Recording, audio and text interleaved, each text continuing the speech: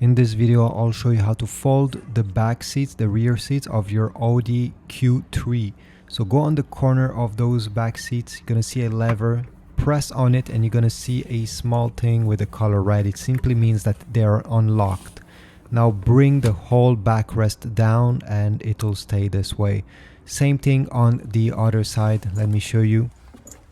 Over here, push this tab towards you and bring the seat back like that.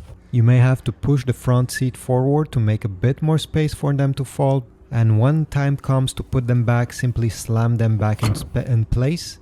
And you see the small lever with the red color is gone. It means they are locked and they're safely locked in place. You can also do it from the trunk if it's easier for you.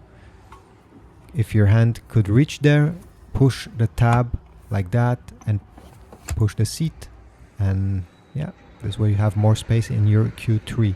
Please leave a like, subscribe and comment down below.